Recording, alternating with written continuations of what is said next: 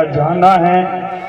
जो घटना घटित हुई है उससे मैं जितना अवगत हुआ हूं वो मैं आपके सामने रखना चाहता हूं। जैसा कि आपके सामने महिपाल जी ने बात रखी,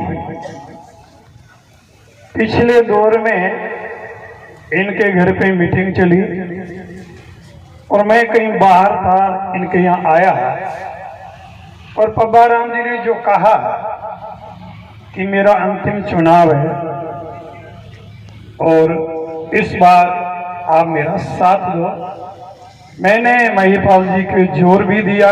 किसी तरह से आप सबकी भावना का सम्मान करते हुए इन्होंने हामी भरी। लेकिन जैसे जैसे समय बीतता गया महिपाल जी मेरे को याद दिलाते गए। एक दिन मेरे को कहा आपको मेरे साथ चलना होगा, मैं इनके साथ गया।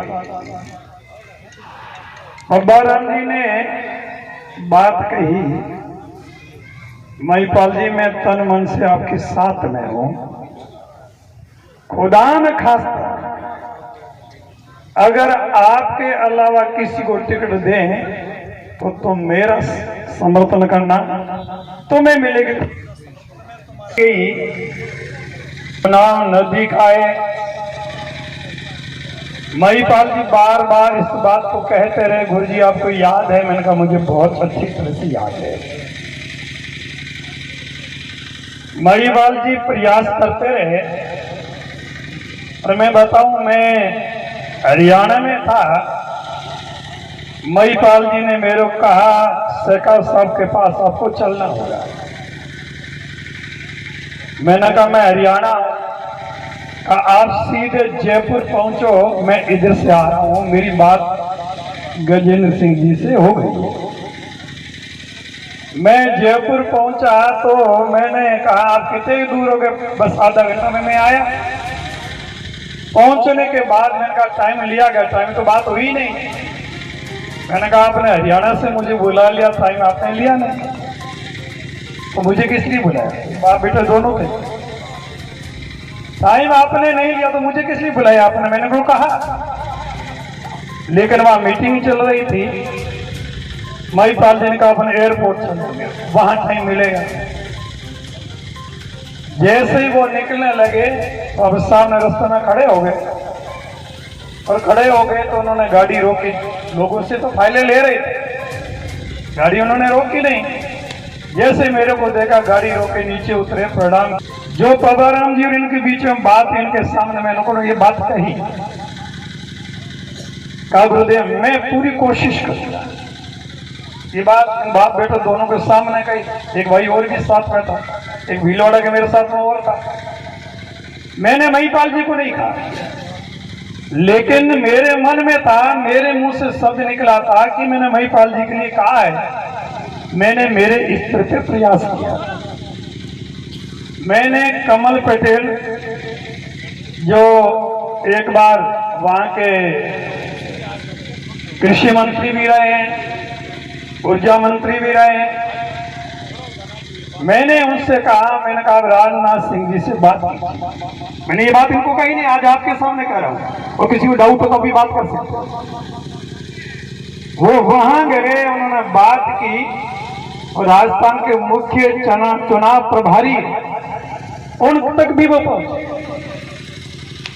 लेकिन वहां जाने के बाद मेरे पास में बात आई, गुरुदेव बात यह है, ऊपर से आदेश ये हुआ है कोई किसी को सिफारिश नहीं करेगा, जो ऊपर से निर्णय होगा वो निर्णय सबको मान्य होगा।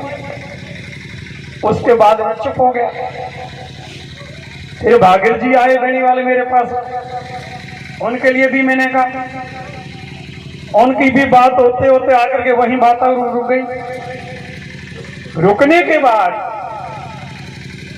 जब टिकट फाइनल हो रहा था, 3 नाम आगे चल रहे थे, पब्बा राम जी से भी आगे। एक आपका IAS अशोक है, क्या नाम है, एक देवेंद्र का चल रहा था, एक देवेंद्र के भांजी का चल रहा था। वहां जो स्थिति जिस पे निर्णय किया तो उन्होंने कहा ये कौन व्यक्ति कितना वोट ला सकता है। सर्वे के आधार पे इन्होंने बताया देवेंद्र 5,000 वोट ला सकता है, इसका भांजा लगभग इतना ही ला सकता है, हो सकता है वो RS IRS से वो 10 पहुंच जाए, इतने अन्य कैंडिडेट ला सकते हैं। पब्बा राम जी का नाम आया का सर्वे के अंदर सबसे ऊपर नाम इनका चल रहा है। इन्हें तो पब्बा राम की कोई टिकट जोर चल रहा था, ये किसी और का चल रहा था। ये वहां जो निर्णय वो मैं घटना आपको बता रहा हूं जो मेरे को वहां से समाचार मिला। अगर पब्बा राम जी के प्रति मेरे मन में होता तो मैं इनके साथ नहीं जाता, होता तो उनके पास मैं जाकर वहां सुपारिश नहीं करवाता, और मैंने इनको कहा तक भी नहीं, बिन कहीं मैंने प्रयास किया। लेकिन मेरा आपसे अनुरोध है, अब तक आप लोगों ने जितनी भी चर्चाएं की है, ये चर्चा अगर 6 महीने पहले होती तो आज जो विचार यहां प्रकट कर रहे हो ये साकार होता हुआ नजर आता। लेकिन हर चीज समय पे की गई अपना प्रभाव दिखाती है, मूर्त रूप में सामने आती है। अगर आज हम सब इस जाजम पे बैठे हैं, अपन सब विष्णुई हैं, अपन अपने को बहुत अच्छी तरह से जानते हैं। हम जब इकट्ठे होते हैं, क्या बोलते हैं, खड़े होने के बाद हमारे क्या विचार होते हैं, ये भी हमसे छिपे हुए नहीं है। मतिरों का भराने तो बंदा रहने बंदने वाला है। इसलिए महन जी ने अभी जो बात कही, या आप में इतना मौजूद है, आप सब संगठित रह सकते हैं तो जजों पे यहीं बैठ के निर्णय कीजिए, अन्यथा मेरी बात को अच्छी तरह से समझना। नाथूराम मिर्जा बलराम जागर लोकसभा अध्यक्ष पुष्कर के मंदिर के उनके अपन धर्म मंदिर के बराबर उनकी धर्मशाला है। उन्होंने पूरे जाट समाज को संगठित करके एक बात कही, हम राजनीति वाले लोग हैं, हम क्या बोलते हैं, कहां बोलते हैं, किस पार्टी में है, आपको उस तक ध्यान नहीं देना। जाट के बेटे और बेटी को एक ही बात का ध्यान रखना है, वो किसी भी पार्टी में कुछ भी बोल रहा है, आपको वो नहीं सुनना है, आपको वोट जाट को देना है। मेरा कहना अकल नहीं तो थोड़ी नकल अपने को भी करनी चाहिए। अगर बिश्नोई का बेटा राजनीति में आगे आता है तो एक मत होकर के सबक व्यक्ति के विचारों से ऊपर उठ करके बिश्नोई के बेटे को वोट देना चाहिए, चाहे बीजेपी में हो चाहे कांग्रेस में हो। आपका अगर प्रतिनिधित्व होगा, सुन लो पहले, ये बोल दूंगा, सब बोल दूंगा, मुझे बोलने का शौक नहीं है। विशेष रूप से आग्रह, जामो जी भगवान का देखा देखा, सुना असुना, क्षमा रूप तप की। क्या कहा? देखा देखा, सुना असुना, मतलब आपने परिवार में ऐसी घटना अपनी आंखों से देख ली, और वो घटना अगर परिवार में आप बता दो, परिवार के मिटने में 1 मिनट नहीं लगे, ऐसी घटना।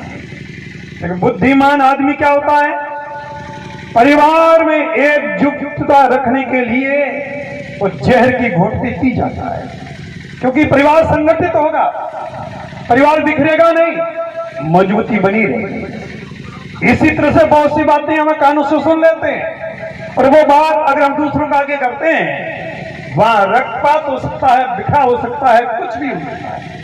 बुद्धिमान आदमी को चाहिए परिवार हित में, समाज हित में, राष्ट्र हित में उन बातों को सुनी को भी अनसुना करता है। इसलिए मेरा आग्रह है आप लोगों से, कभी कभी जहर की घूंट पीने से भी आने वाले समय में बड़ा लंबा फायदा होता है। एक अंगुली के कटाने से हाथ बचता हो, बुद्धिमान आदमी को अंगुली कटा के हाथ को बचा लेना चाहिए। महिपाल जी से कहना, आप सरपंच हैं, आपका बेटा प्रधान बना, और आप अगर कह रहे थैली जब लटक रही है पेशाब की भी, तो क्या पता एमएलए बन जाए, एमएलए बन जाए। लेकिन धैर्य का फल बड़ा मीठा होता है, धैर्य का फल बड़ा मीठा होता है। इसलिए हम जज्बाती, हम भावना में नहीं बने। हम, मेरा आप सब युवाओं से और जिम्मेवार समाज के नागरिकों से आग्रह अनुरोध है कि पछताना पड़ सकता है, कान्हाराम जी ने परिसीमन की बात की।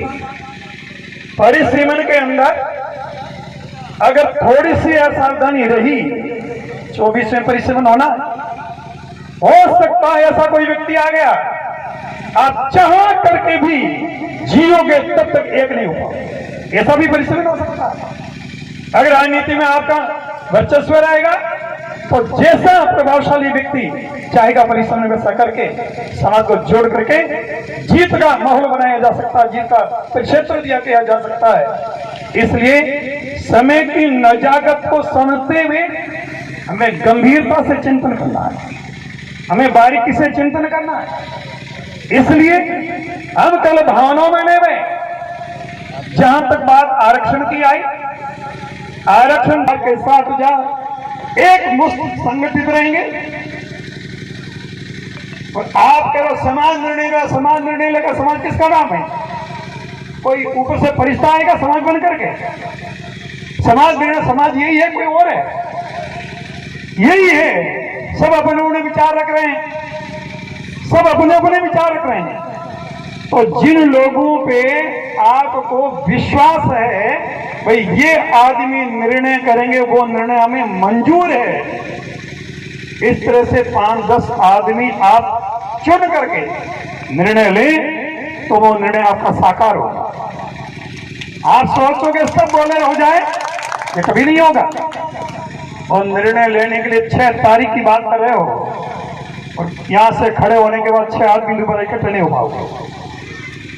इसलिए मेरा आप लोगों से आग्रह है, पुनः अनुरोध है, हम समय की नजाकत को समझते हैं, इस बात को दिलो दिमाग में बिठा लें।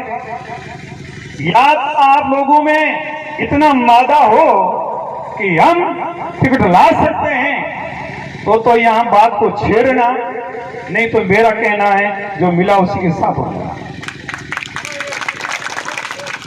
इसलिए आपको गंभीरता से चिंतन करना, या तो आप ऐसे संगठित हो जाओ कि हम 60,000 हैं, 60,000 से एमएलए कोई नहीं बनेगा।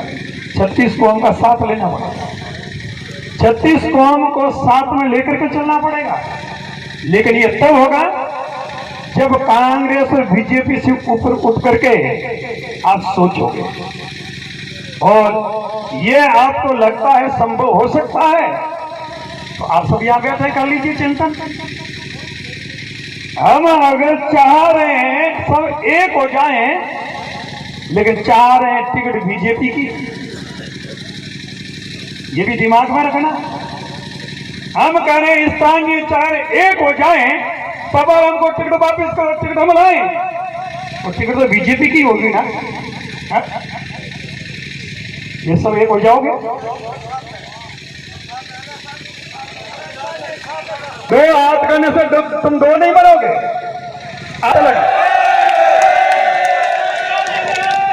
अगर वो होता है ना तो कोई तकलीफ नहीं है।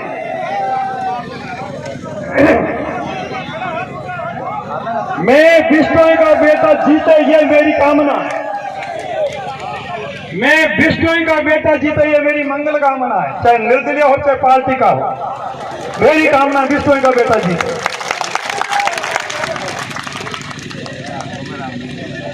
2 हाथ कर रहे हैं, एक हाथ करेंगे तो पता चलेगा किसके हाथ है। आधे लोगों के हाथ है, देख लो, आधे लोगों के भी हाथ नहीं है। बोलो जम्बेश्वर भगवान